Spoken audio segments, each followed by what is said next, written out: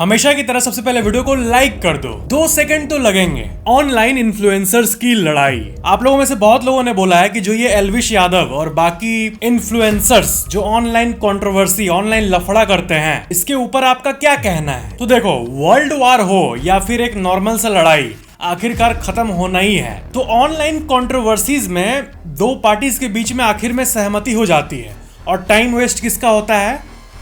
आपका। और इससे लॉस किसका होता है?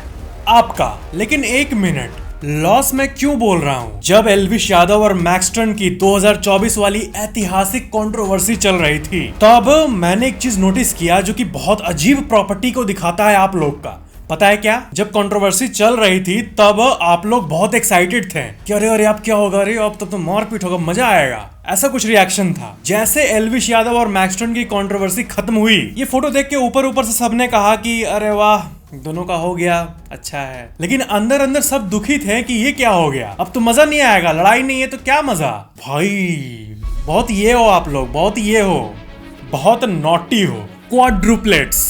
आपने सिंगल बच्चा देखा है, आपने जुड़वा बच्चा देखा है, आपने तिड़वा बच्चा भी देखा होगा, पर आज आप चौड़वा बच्चा देख लो। ये है आपके स्क्रीन पे आइडेंटिकल क्वाड्रुप्लेट्स और ये सब 18 साल के हो गए हैं। क्या है कि सिंगल, जुड़वा, तिड़वा, चौड़वा। बहुत लोगों को जुड़वा तिड़वा बच्चे के बारे में पता था, लेकिन चौड़वा बच्चे के बारे में शायद ही पता होगा। The unknown food effect. कभी भी नशे में अगर आप दोस्तों के साथ पी रहे हो या कुछ भी हो, या फिर आपके मन में क्या आए ना आए, ऐसा कभी मत करना। कैसा कभी मत करना। सैम बेलार्ड, ये जो सैम बेलार्ड है, ये अपने दोस्तों के साथ ड्रिंक कर रहा था। फिर मस्ती मस्ती में इनके दोस्त ने इनको चैलेंज दिया कि अबे कीड़ा जा रहा वहां, उसको खा के दिखा। और ये थे ड्रंक, ये जाके उसको उठाए, खा लिए। पहले दिन बॉडी में कमजोरी आई बहुत ज्यादा, सो के जब उठे अगले दिन पैरालाइज्ड, और पैरालाइज होने के 8 साल बाद मौत। 2018 में मौत। ये दुनिया के सबसे अजीब केसेस में से एक है। और ये फैक्ट आपको ये बात को दिखाता है कि नेचर में हर कुछ सेफ नहीं होता।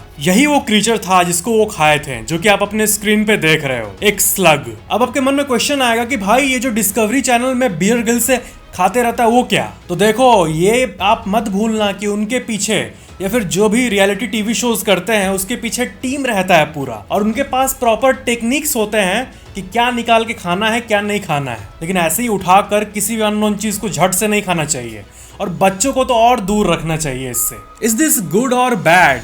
ऐसे आपको ब्लॉग्स दिखेंगे कई देशों के रोड के बगल में या फिर फ्लाईओवर के नीचे। ये फोटो मैंने अपने इंस्टाग्राम स्टोरी में भी शेयर किया था। आप लोगों में से कुछ लोगों ने गेस कर लिया था कि हाँ ये किस लिए होता है। तो जी हाँ, ये होता है होमलेस व्यक्तियों को प्रिवेंट करने के लिए। अब ये बात डिबेटेड है कि ऐसा होना चाहिए या नहीं। होमलेस तो होमलेस होता है बेचारे, उनको तो मिलना चाहिए जगह, या फिर नहीं वो कब्जा कर लेते हैं तो नहीं मिलना चाहिए। ऑडियंस इन दोनों चीजों में बटी होगी। मैं क्या आंसर करूं इसका? इसको एंटी होमलेस आर्किटेक्चर कहा जाता है। कई जगह पर ऐसे ब्रिक रहते हैं तो होमलेस लोग उसको उखाड़ के फेंक देते हैं और अपना जगह बना लेते हैं, लेकिन ज्यादातर केस में वहां पर कंक्रीट का बना दिया जाता है ताकि ये कब्जा ना करे। The extent of love. एक जापानीज मैन जिसका नाम था यासुओ टाकामात्सु, साल 2011 के जापान के अर्थक्वेक के बाद जब सुनामी आया था, तब इनकी वाइफ उसमें बह गई थी और वो बचा नहीं पाए थे। कितना स्कैरी मोमेंट होगा। उसके बाद इनके ब्रेन में कुछ अजीब सा सदमा लगा, लेकिन ये जाने जाते हैं एक चीज के लिए। वो होने के बाद आज भी डेली वो समुद्र में जाते हैं डाइविंग के लिए, ताकि उन्हें अपनी वाइफ की बॉडी कहीं दिख जाए। अब ये बहुत क्रेजी बात है, आई नो कोई लॉजिक नहीं है इसमें, लेकिन जब प्यार के चलते शाहजहां ने ताजमहल जैसी चीज बना दी, तो ये क्या है? कुछ नहीं। Premature calcification. प्रीमैच्योर कैल्सिफिकेशन, ये देखो आप अपने स्क्रीन पे एक बॉडी का एक्सरे, एक बॉडी का इंटरनल रिकॉर्डिंग, जिसमें एक चीज कैल्सिफाइड है। और ये क्या कैल्सिफाइड है आप गेस कर सकते हो? बच्चा, बेबी। ऐसे कई केसेस होते हैं जिसमें बच्चा कैल्सिफाइड हो जाता है। ये जिस पेशेंट की वीडियो है, उसको यहाँ पर साइड में पेन हो रहा था, तो उसको लगा कि किडनी स्टोन है, उसके लिए वो डायग्नोसिस कराने गई और निकला एक कैल्सिफाइड बेबी।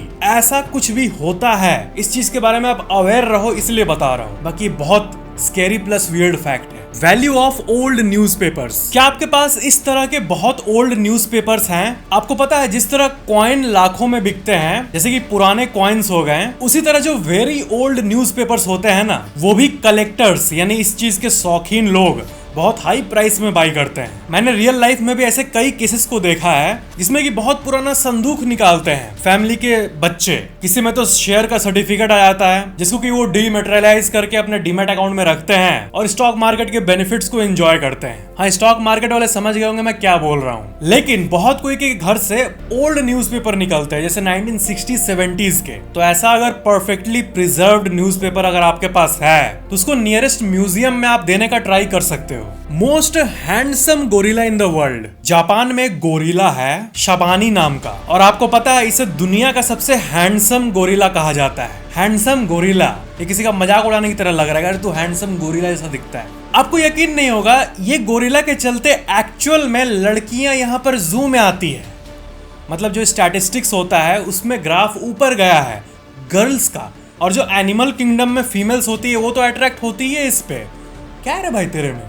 लेकिन साथ में ह्यूमन फीमेल्स ने भी जब से इसका तारीफ सुना है तब से इससे मिलने आती है। मजाक नहीं कर रहा हूँ, रियली में। इसके ऊपर इंटरनेट पे आपको पूरा डॉक्यूमेंटेड डेटा दिख जाएगा। ये नीदरलैंड्स में जन्म लिया था, ऑस्ट्रेलिया में बड़ा हुआ था और लास्ट में भी जापान में है। देखो कैसे दिन आ गए हैं। इंसान की बायोपिक बताते बताते अब गोरिल्ला का कहानी बताना पड़ रहा है कि यहाँ जन्म लिया था, यहाँ था, वहां था। क्या दिन आ गए गॉड। सुनामी इवैक्यूएशन पॉड्स, आपको पता है जापान में सुनामी इवैक्यूएशन पॉड्स बिकते हैं। अब ये सुनने में बहुत अजीब लग रहा होगा, इन्हें कौन खरीदता होगा, लेकिन बहुत हेल्पफुल है। अगर मान लो आपका घर सुनामी प्रोन एरियाज में है, कभी भी आ सकता है, तो जब तक नहीं आ रहा तब तक तो ठीक है, लेकिन जिस दिन सुनामी आ गया उस दिन सारा जीवन का कैलकुलेशन जीरो में कन्वर्ट हो जाएगा। If you know what I mean. तो अगर मान लो सुनामी आने वाला है और इसके अंदर अपने आप को लॉक कर दिया, इसके अंदर ऑक्सीजन की फैसिलिटी भी होती है और ये अच्छे से तैर भी सकता है, तो क्या है कि इसमें पूरी तरह से इंसान सेफ रहता है। जैसे कि सुनामी आने वाला है 5 मिनट में, ऐसी न्यूज आई जापान के कोस्टल एरियाज में, कोई इंसान इसके अंदर बैठा, घुसा और लॉक कर दिया। अब सुनामी आएगा, पूरा घर दह जाएगा, पूरा घर फ्लोट करेगा, पूरा घर बिखर जाएगा, सब कुछ तहस नहस। लेकिन इसका स्ट्रेंथ इतना है कि ये टूटेगा नहीं और आपको घुमाते घुमाते घुमाते आप शायद समुद्र में चले जाओगे, लेकिन रेस्क्यू टीम आपको फाइंड करके आपको निकाल पाएगी। तो जिसे अल्टीमेट सर्वाइवल टूल कहते हैं ना, वही है ये। और ये इंडिया में उतना सेंस नहीं बनाएगा, लेकिन जापान में ये अब अच्छे खासे बिकने शुरू हो रहे हैं। और इसलिए मैं आपको बताना चाहता हूँ एक कंपनी के बारे में जिसका इवैक्यूएशन, नहीं टेंशन मत लो, मजाक कर रहा था। इवैक्यूएशन पॉड वाले जापान वाले इंडिया के यूट्यूबर को क्यों स्पॉन्सर करेंगे हैं? दी टेक्निकल लव। क्या आपने सोचा है लव, रोमांस और ये जो फीलिंग है क्रश, क्या इसको इंसानी फील करते हैं? एनिमल किंगडम में होता है क्या ये? तो एनिमल किंगडम में करीब 100 स्पीसीज हैं जो कि रोमांटिक फीलिंग को फील करते हैं। बंदर, गोरिल्ला, डॉल्फिन, ये जितने हाई इंटेलिजेंट कोशेंट यानी हाई आईक्यू वाले व्यक्ति जानवर हैं, वो लोग इस चीज को फील करते हैं। मतलब आप इंसान हो, आपका फेवरेट पर्सन भी इंसान है, तो इंसान को नॉर्मल दिखता है, लेकिन जो फीलिंग आपको एक इंसान को देख के आती है, वैसे ही मान लो कोई बंदर है तो उसको बंदरिया को देख के आएगा। टेक्निकली वर्ल्ड्स लार्जेस्ट लिफ्ट, आपने ऐसा लिफ्ट तो देखा ही होगा, अपने शीशे वाला लिफ्ट भी देखा होगा, ये सब तो बिल्कुल कॉमन है। लेकिन जियो वर्ल्ड सेंटर मुंबई में है इस वर्ल्ड का, इस पूरे विश्व का सबसे लार्जेस्ट पैसेंजर एलिवेटर, जिसमें कि करीब 200 लोग वन गो में जा सकते हैं। ये बिल्कुल एक कमरे के बराबर लिफ्ट है, literally largest elevator in the world है ये। दैट्स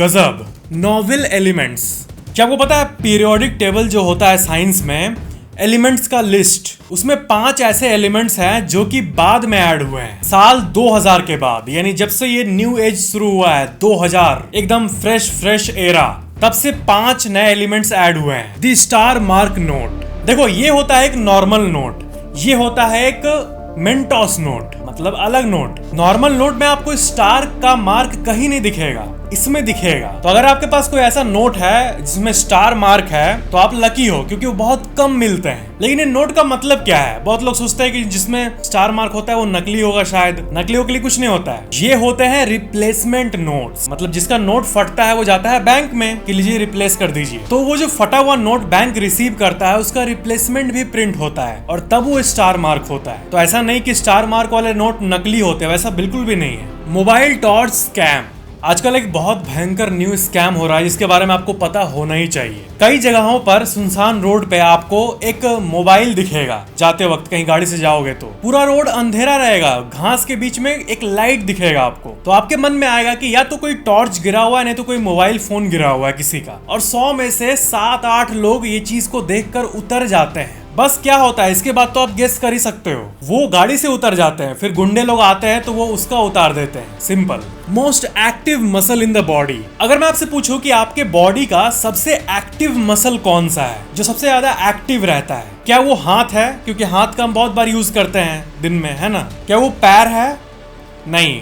क्या वो कमर है? नहीं। जब हाथ पैर बोल रहा हूं तो मसल की ही बात कर रहा हूं, मतलब ये बाइसेप्स।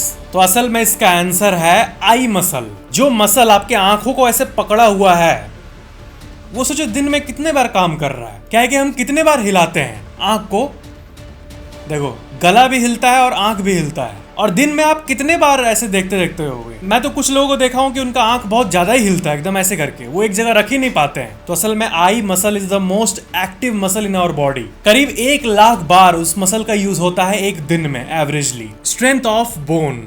कोई आपसे पूछे कि एक सीमेंट का घर है, सीमेंट की दीवार है, या फिर सीमेंट जितना मजबूत है, अगर हम अपने शरीर के हड्डी से कंपेयर करें तो हड्डी सीमेंट से कितना ज्यादा मजबूत है? तो इसका आंसर है 4 गुना। दिमाग में सेव कर लो, 4x। क्या है कि ह्यूमन बोन का 1 क्यूबिक इंच का एरिया लगभग 8000 किलो का वेट सह सकता है। यानी 8000 किलो जब इस पे पड़ेगा तब जाके वो इमिडिएटली टूट जाएगा। 5000 किलो पड़ा तब भी ये सस्टेन कर जाएगा। बोन इतना मजबूत होता है, यानी करीब 4 ट्रक के बराबर वजन जब हड्डी पे पड़ता है तभी वो टूटता है। यानी हड्डी सच में बहुत ही ज्यादा मजबूत है। Laughing plague. टैंजानिया, जो कि वर्ल्ड मैप में यहाँ पर स्थित है, वहां पर क्या हुआ कि स्कूल की 3 लड़कियां अचानक से हंसना शुरू कर दी और फिर स्कूल के बाकी लोग भी हंसने लगे और 1000 लोग साथ में हंसने लगे। अब ये फैक्ट सुन के आपको शायद कुछ याद आ रहा होगा पहले का। मैंने आपको पहले भी बताया है कि 1500 या 1600 के टाइम, यानी आज से 500-600 साल पहले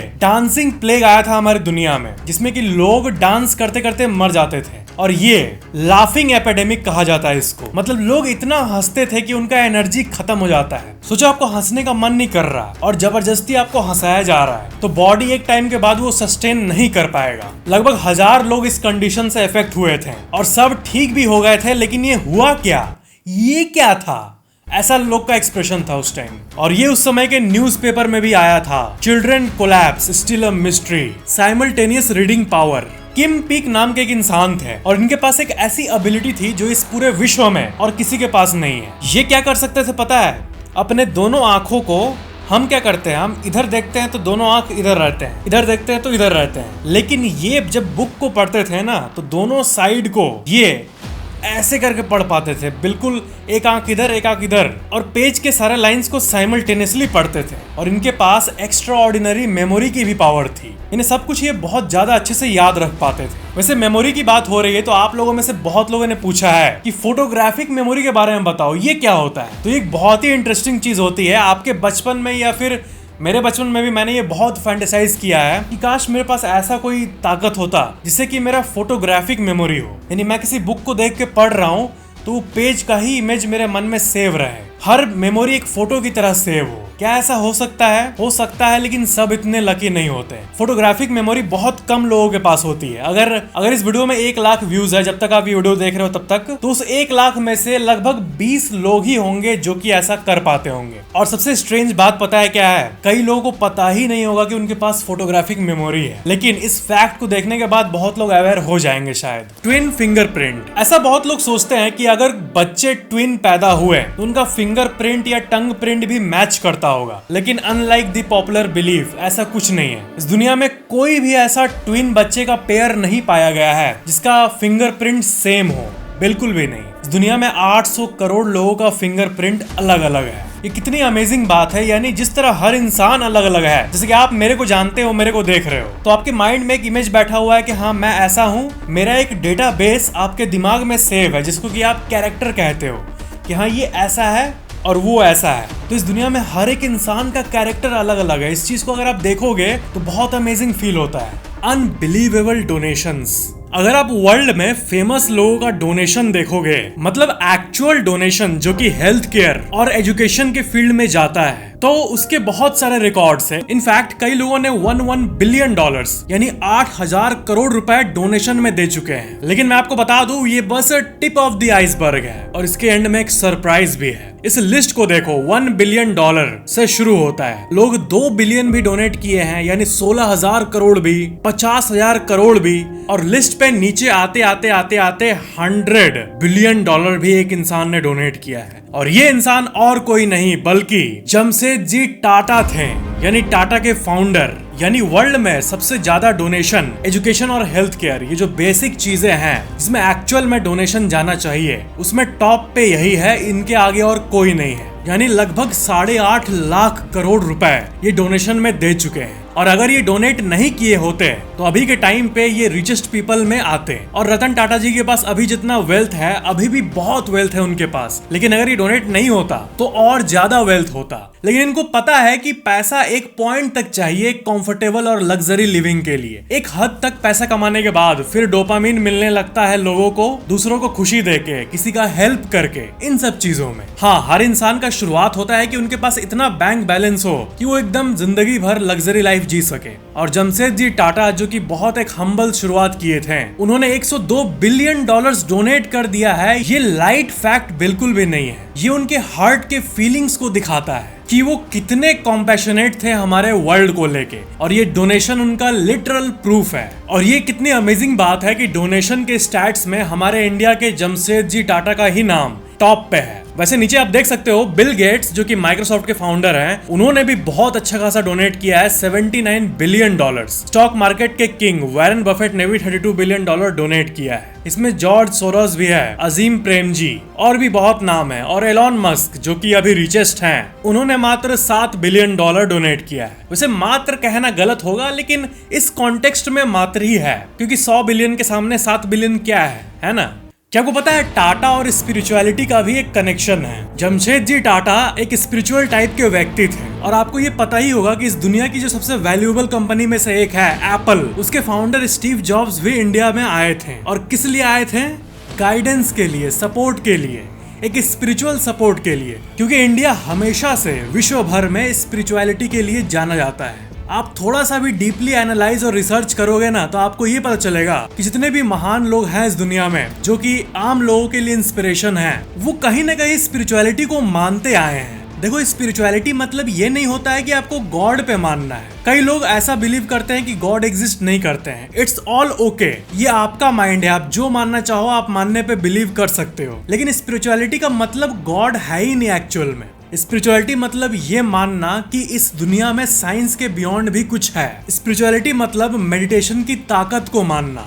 स्पिरिचुअलिटी मतलब इस वर्ल्ड को क्वांटम मैकेनिक्स के नजर से देखना। स्पिरिचुअलिटी मतलब ये मानना कि इस दुनिया में हर एक इंसान कनेक्टेड है। स्पिरिचुअलिटी मतलब ये मानना कि आप जो सोच रहे हो, आपका थॉट्स, वो भी यूनिवर्स में ट्रैवल कर रहा है। ऐसी चीजें जिनको सूडो साइंस कहा जाता है, सो कॉल्ड कूल मॉडर्न लोग द्वारा, बस उसको ही मानना स्पिरिचुअलिटी कहते हैं। जैसे अगर अभी आपको कुछ स्पिरिचुअलिटी में बिलीव करना है, तो आप ये बिलीव करो कि आपका हर एक थॉट इस यूनिवर्स में ट्रैवल कर रहा है और इस यूनिवर्स में एक रिपल इफेक्ट क्रिएट कर रहा है और इस यूनिवर्स को प्रभावित कर रहा है। बाकी स्पिरिचुअलिटी के ऊपर डिटेल्ड वीडियो भी जरूर आएगी। तो ये थे आज के फैक्ट्स। वीडियो को लाइक जरूर करना और वीडियो कैसा लगा नीचे कमेंट जरूर करना। और ऐसे ही और वीडियोस के लिए चैनल को सब्सक्राइब करके बेल आइकन जरूर ऑन कर लेना। Thank you so much for watching this video.